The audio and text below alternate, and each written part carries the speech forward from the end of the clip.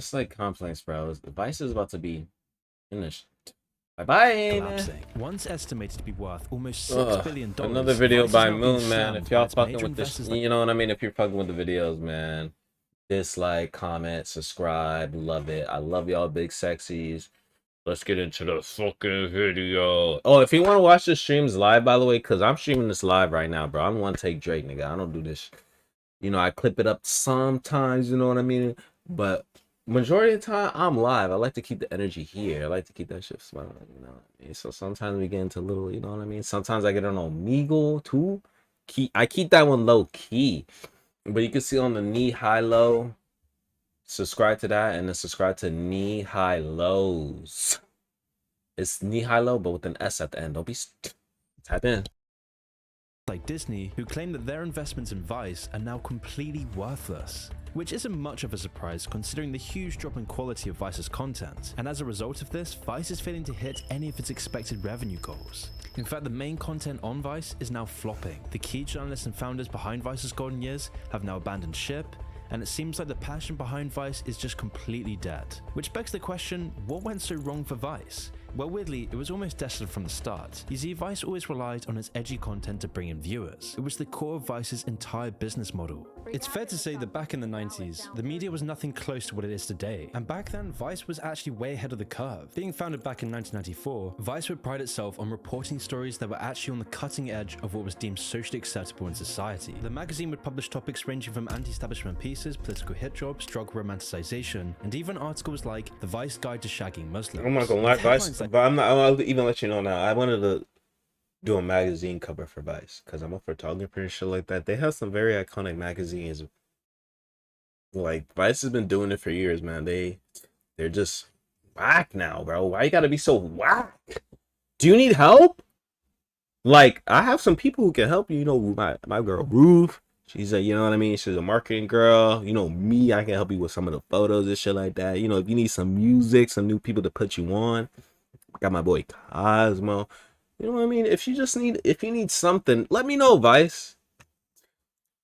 Like these, it was no wonder why Vice started catching the eyes of young adults and investors alike. And because of this, throughout the 2000s, it was all smooth sailing for Vice. And you can see this by looking at the search volume for Vice. By looking at this graph, it's clear that Vice was unstoppable. It was one of the most searched things on the entire internet back in the early 2000s, signing multi-million contracts with MTV and expanding ever more across the internet. With all of this growth being fueled by Vice's edgy material, something that was hard-pressed to come by back in the day. Some of their earlier shows would reach widespread acclaim, like their amazing series The Vice Guide to Travel, which featured documentaries around the axis of evil, North Korea, Iran, and the Pakistani gun markets. But this was only a small slither of the real content on Vice, because the bulk of Vice's content was still on its website. To stand out from all the other media companies, Vice would always write articles on edgy topics with clickbait titles. By doing this, Vice was able to garner tons of attention. If you saw one of their articles on why all masculinity is toxic, or if you felt angry after reading their article of the trend of gender diversity among plane hijackers, or if you felt disgusted by sex with bugs, drinking vaginal juice, and men with fart fetishes, you would then spread this around. They're the original YouTube clickbait, man. And this was one of the key reasons why Vice was able to garner so much attention. The way it took over mainstream culture was very similar to Andrew Tate's rise to fame, and because this was so successful, the company began focusing almost entirely on content they deemed to be edgy, whether the material was actually good or not. Because fundamentally, and that's when they fucking fell off, bro. You know, because this is when they really said, oh, yo, the world is content. Not, okay, let me put y'all on the shit. No, they were like, yo, the world is content. So we're going to just provide y'all bullshit so everyone can consume it. But little do they know, man. And for a while, it really paid off, as seen with the insane volume of search traffic Vice Media was gaining, and with the search traffic came huge multi-million-dollar investments. However, this content strategy was a double-edged sword, because you see, back in Vice's golden years, their clickbait garbage was balanced out by their groundbreaking documentaries, which gave Vice a good reputation in some corners of the internet, as seen with their popular shows like The Vice Guide to Travel and Hamilton's Pharmacopoeia. Vice would still use clickbait titles for these documentaries, but then this would be backed up by high-quality journalist deep dives by masters of the field, like for example the scientist Hamilton Morris, who created one of Vice's most popular columns, Hamilton's Pharmacopoeia, back in the early 2000s, where Hamilton would write articles about all kinds of drugs. But the problem was that this content was just so much harder to make, not to mention a lot more risky, because for every Hamilton Morris, there were countless other Vice journalists who weren't bringing in the cash or attention that Vice needed to sustain its constant expansion. To fund these documentaries cost enormous amounts of money, but if Vice could still generate enough clicks and attention through cheap clickbait articles by undergrads talking about fart fetishes, then why not capitalize on this? Because at the same time of Vice's golden years, BuzzFeed's booming clickbait factory was skyrocketing. It seemed like this formula was the best road to go down, and so Vice would continue down this path. Instead of producing the eye-catching and actually edgy videos that they were known for, Vice would then instead pump out clickbait, lukewarm articles and videos. Vice was beginning to take the easy way out and started laying out the groundwork for coasting along merely on their reputation of being edgy, relying on their built-up reputation from their good documentaries to sustain their content factory farm. But while They got lazy. They got lazy. Become increasingly apparent to those paying attention. I love Moon because he says lazy in the best terms. Didn't mean that Vice was actually losing any traction. In fact, many of their most popular videos would be released around this time frame in the early 2010s. Documentaries like The World's Scariest Drug, The UK's Scariest Debt Collector, An Underground LSD Palace, and The Suicide Forest in Japan. All of these videos contain really interesting topics that appeal to a wide audience, with all of these videos reaching tens of millions of views. This content was still living up to the quality standards that Vice was somewhat known for, with their most groundbreaking documentary being This Is What Winning Looks Like. Released in 2013, Vice's film tackled a subject of the Afghan war that no other mainstream media outlets would dare to talk about. The documentary focused on the issues of rampant sexual abuse towards adolescent boys that was prevalent among the Afghani police force. But while everything seemed perfect on the outside, Vice was now beginning to rot in the inside. 2013 would be the first year where Vice's underlying problems reached a breaking point, and this problem began with their shareholders. You see, with all of Vice's growth, new investors, managers, and employees played a significant role in changing Vice's content focus. Because of this, one of Vice's co-founders, Gavin McInnes, saw this growing issue and left the company years earlier in 2008, well before things started getting really bad. Gavin stated during his departure that the expanding influence of... Let me read this. In 2007, McCain's left the company, and in a split that resembles a band breakup, with the founders citing creative differences. I recently met with Keynes, who is now a contributor to Red Eye on Fox News and an owner of an advertising group called Rooster New York. Okay. We went to a burger place called Williams Burger. Haha, I know it's McKean's, who is 42 years old and wore a red flannel shirt and untrimmed beard, seemed slightly weary. He looked at the selection of craft beers and asked the waiter, "Do you have Budweiser in a bottle? Let's do that." McCain described the departure for the company as a triumph of advertising over independence. Marketing and editorial became enemies and had been the business plan. The conflict increased as Smith pursued loftier advertisers, McKean said. The do's and don'ts would have some guy's dick hanging out. Advertisers would flinch. And then they would go to whatever less offensive competition we had, like Complex or Mass Appeal, or one of those more rappy ones. Oh, what are you trying to say? And that was really frustrating for Shane. I think because he'd get them to the top of the mountain and I moon them and they jump off. Advertisers were getting over their content was not something he wanted to deal with. He knew this clickbait factory path was going to ruin all the credibility and reputation Vice had worked so hard to build. And it turned out that Vice's main editorial board and the advertising executives had been butting head for a long time, and Gavin had finally gotten sick of it. It was an omen of things to come, because what was even worse, he was like, yo, I'm tired of these rap channels popping off and shit like that. How do we change? Departure was that big media moguls like Rupert Murdoch would soon be injecting millions into Vice, with Rupert Murdoch specifically injecting 70 million into the company. Now, for those who don't know, Rupert Murdoch is a billionaire who has centralized ownership of hundreds of publishing outlets, such as the Wall Street Journal, the Sun, the Times, Fox News. I think it has almost everything. Invested heavily into Vice around 2013, and only a year later, Vice would then receive even more investments from another power-hungry media giant by the name of Disney, who purchased 10% ownership of Vice in 2014, and later gained an even further share of around. This is when I didn't even know, bro. This is what I'm saying, bro. Disney's in everything, man. What the fuck? I didn't even know Disney was it, because I wasn't big into it at the time, like looking into shit like this. Disney owns fucking 20% of Vice. In 2015, and this was great for the short term. Vice co-founder Shane Smith to become a billionaire, but in the long term, this was disastrous. This all seemed too good to be true, and that's because it was. Little did anyone know what was coming for Vice over the following years. Shithole. I know. But before we continue, I want to tell you about today's sponsor, Morning Brew. Morning Brew is a free daily newsletter delivered to you Monday to Sunday that gets you up to speed on business, finance, and tech news in just 5 minutes. Before I subscribe to Morning Brew, I start my mornings aimlessly browsing YouTube and Twitter. But now with Morning Brew, I get a summary of relevant stories that are really informative. For example, I learned that the pandemic is reported to have wiped out decades of progress on math and reading, with national test scores for US 9-year-olds in math and reading proficiency have dropped to the lowest levels in decades. This is the first decline since the government started tracking the data in 1971, highlighting that COVID's toll on education is likely to have economic consequences for years to come. There's absolutely no reason not to subscribe to Morning Brew if you're interested in business, finance, or tech. Well, I mean, yeah, with the way they were like doing schools and shit like that. So sign up for free by visiting I morningbrewdaily.com. that's kind of like for this year. We gotta see, man. Now that the co-founder of Vice, Shane Smith, had been lying about Vice's real value all throughout the company's entire history. Shane had been consistently overblowing the potential of his media outlet, and using his early skills as a salesman, successfully fooled many of its investors. Yes, sir. That's why it would be hard-pressed to find any kind of data or statistics regarding Vice's value or popularity, because even the people who owned and invested in the company didn't actually know its true worth. Since the company's founding, Vice has done everything it can to hide Vice's real value, but once investors eventually found out, they soon realized what was going on and called for drastic measures. They needed money now because Vice was failing to hit any profits. Each year they were below their targets, and with this rapid pile-on of major corporate investors, Vice had to do something fast. So the first and easiest way to make money was to get more advertisements. However, advertisers weren't particularly fond of being associated with controversial and edgy political topics, which was Vice's core premise. And so in order to meet the demands of investors, Vice would need to change their content to appease the advertisers to appease the investors. So they basically made what we're experiencing now when the apocalypse happened.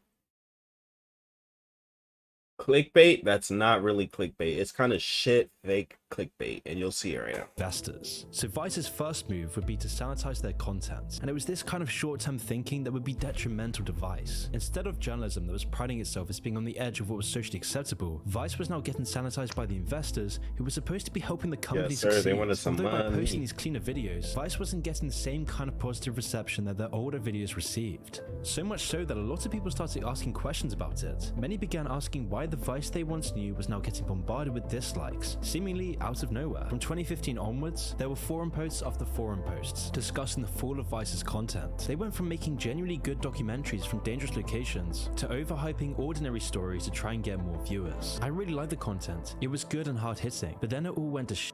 They're trying too hard to stay hip and cool and underground. The quality of Vice's videos seems to have dropped, and several of their headlines are nothing more than clickbait. Furthermore, Vice's clickbait content would continue to erode all the reputation it had once built. The clickbait faction was doing I don't know why they did that, man. BuzzFeed was facing the consequences, and now Vice was too. They clipped it for themselves. Videos like single Japanese women buying the boyfriend experience and Pussy Riot gets whipped in Sochi to get anywhere near the sorts of views they used to get 10 years before. And while Vice has always used at least some amount of clickbait, this empty content was now beginning to get on people's nerves. You see? And by just simply taking a glance at the state of the channel's most popular uploads, this decline in Vice's content quality is extremely clear and apparent. Medically assisted sex. Like, why are they doing this? Like, why are they doing this? Making the world's first male sex star? Like, what is this? For what? Sex gurus answering They're just mannequins, bro. questions and other similar topics are You just make a mannequin with a dick, bro. Come on, are you serious? pretty much the only kind of documentaries Vice is finding any kind of success in. And now you may be wondering how the company's advertisers and shareholders allow them to make this kind of content. And the only reason is because sexy, inappropriate material is much easier to get away with compared to politically inappropriate material. Advertisers don't care about sex, they care about politics. So instead of the Vice that was once known for reporting on both of these controversial subjects, their possible video ideas have now been pretty much cut. This goes back into the abortion one. We're gonna, hey man, I'm gonna link the video in this one, but that goes back into the abortion, man. You gotta peep They're probably gonna put my video down. I just even fucking realized that. That's funny. in half, causing much of Vice's core audience to now abandon the channel, and as a result, there has been a steady decline in the channel's views and revenue. Additionally, the increase in shareholder sway is almost certainly why Vice short-sightedly started branching their attention towards different channels, a decision that would also compound to cripple the company even more, because Vice's attention wasn't only focused on their Clickbait factory, they were now focusing on so many other channels: Vice Munchies, Vice News, Vice Sports, Vice Life, and all the others eventually began popping up out of nowhere. And whilst this might have been good on the surface to generate more revenue, these ventures detracted from Vice's core channel, while also causing their intended audience to spread themselves even thinner. It seemed like the shareholders were overwhelmingly out of touch when deciding where to take Vice as a media outlet. If someone wants to watch videos on food or sports, there were hundreds of other channels to get a better and more focused perspective instead of watching it on Vice. This decision to bring about other channels made Vice just look like another typical media outlet, instead of the edgy organization that once reported on things that no one else would even touch. And so unsurprisingly, this decision to launch more channels and lower their focus on the main one caused Vice to start noticeably falling downhill throughout the mid-2010s. Although the company was still finding occasional successes with their new releases, these videos certainly weren't of any quality. Looking at their most popular uploads, all the recent videos gaining any kind of tractions are the ones using massive sexual clickbait. And to make matters even worse, Vice's downfall wasn't good news for the company's shareholders either, as most of them would end up losing their money. Once they found out that Vice was always artificially inflated, investors would start to pull out of the company. All the CEO of Vice's rhetoric about pay Vice to join its youth revolution or get left behind, and his claims of having a monopoly on the young adult audience, was now slipping through Vice's fingers. In fact, Vice reported themselves to somehow be worth a whopping $5.7 billion at one point, and stated that they would later be There's a bunch of crap, bro. worth. No, I'm not even like the youth wasn't even like I knew about Vice and shit like that. You know what I'm saying? So a couple other people, but they didn't have like the youth. Like they were making some videos. My friend Cosmo sent me a video, but nothing like they sent me one good one, and after that, no subscribers, no nothing. They stagnated, man. I'm not trying to shit on them, but holy, why'd you just? I just hate when they, man. AdSense really changed YouTube, man. 50 billion by the end of the decade. We need to just go back to really good content, like fucking Moon right here, man. Moon is better than Jake Tran. Jake trash. The supposed influence and value they had was so unrealistic and absurd that Vice's house of cards is now tumbling into the ground. You see, Vice's overblown value claims have left the company out to dry multiple times. As an example, only 1 year after claiming to be worth billions, Vice missed their annual revenue target by $100 million, all to the displeasure of the company's investors. This wasn't the only time that Vice has inflated their market value either. In 2021, Vice was planning a special purpose acquisition company merger with 7GC, a deal valued at nearly $3 billion, but the arrangement ended up falling through. This was a disaster for Vice, as this attempted merger was the only way that Vice would make up for the lost revenue. This merger would have built a bridge to quote, figure out something, a phrase highlighting just how lost Vice was and what to actually do with the company. This whole ordeal ended up causing the chairman of Vice to relinquish even more of his voting control and forced him to spread it even further amongst investors. With the investors dragging down Vice, now having more power and influence over the company's there it is. And with shareholders like Rupert Murdoch on Disney controlling Vice, it's not hard to see why the company began aiming more towards safer content instead of the edgy material that made them popular in the first place. And in all honesty, what are these investors supposed to do with Vice in its current state anyways? There might be a clearer direction if the news outlet was nothing. based That's on just a trash bucket. Look, they sat, bro. It's just a trash bucket. Channels. It's trash can. If you want to go see it, to worry about as well. The only thing that Vice can really do to redeem itself is to go back to the kind of edgy content they were always known for. But if that's the case, what are they doing with Vice Sports and Munchies? These channels are all flopping apart from Vice News. The company is essentially trapped in a never-ending cycle of cleaning their content, disregarding their audience, losing money, and in turn being forced by investors to further clean their content, while at the same time investors keep squeezing how much can you keep money cleaning that shit as possible. With the company now being forced by investors to employ the self-imposed 20/20 rule: hire 22-year-olds, pay them $22,000 and work them 22 hours a day, resulting in even lower quality content as Vice's Clickbait factory goes into the ground. Because of this, it's not very surprising that Vice's original employees are now leaving the organization to start their own ventures instead. Vice's key journalist and beloved personality Hamilton Morris would would soon no longer be available, as he would end up terminating his Pharmacopoeia series and employment of Vice a few years later in 2021. And even Yes, worse, sir, the original man. Go on to co-founders make better behind shit, Vice, man. the guys who made some of the best content Vice has ever done, have now all taken big steps back from making any documentaries. And when looking at the condition of the company today, it's clear to see that there is just no passion left in their audience, investors, or the employees themselves, which became all too clear when Disney went on record and actually publicly stated how poor a decision it was to invest in Vice, claiming investing $400 million in the company was one of the worst mistakes they've ever made, with Vice's profitability. Yeah, I think you were trying to get into the youth. You really bought into the youth thing that they were pitching. I can't even lie. You see how Disney is. They were trying to get to the teens and shit like that, and I'm not gonna lie, Disney does not like to fold. So the fact that Vice the fact that Vice got away with that, swindled them to get Disney to buy it, it's sad, bro. And a lot of us we're turned on YouTube. We are a little more knowledgeable, so we're not gonna be, oh, Disney gets it, all right, clip. So, like, we're not stupid. We're not trying to see more Disney shit, more corporate shit on the shit we're trying to get away from. When Disney started putting funds into the company, causing Disney to recently announce that they no longer believed there would ever be a return on investment for their shares in Vice. It's so bad that Disney's total initial investment into the company has now been drained so badly that they've lost $353 million in Vice. And to pour salt in the wound, with $157 million of this being officially written off. And if it couldn't get any worse for Vice, their core audience, who were looking for edgy material, have all but abandoned show. They wrote it up in their taxes? What the fuck? Google search trends show, leaving Vice left with only a bunch of nobodies, apathetically pumping out these endless insipid documentaries on uninteresting or lukewarm faux explicit topics. The Vice that was once known for being the cutting edge of journalism is now a shadow of its former self, and in all likelihood, it's only gonna get worse from here.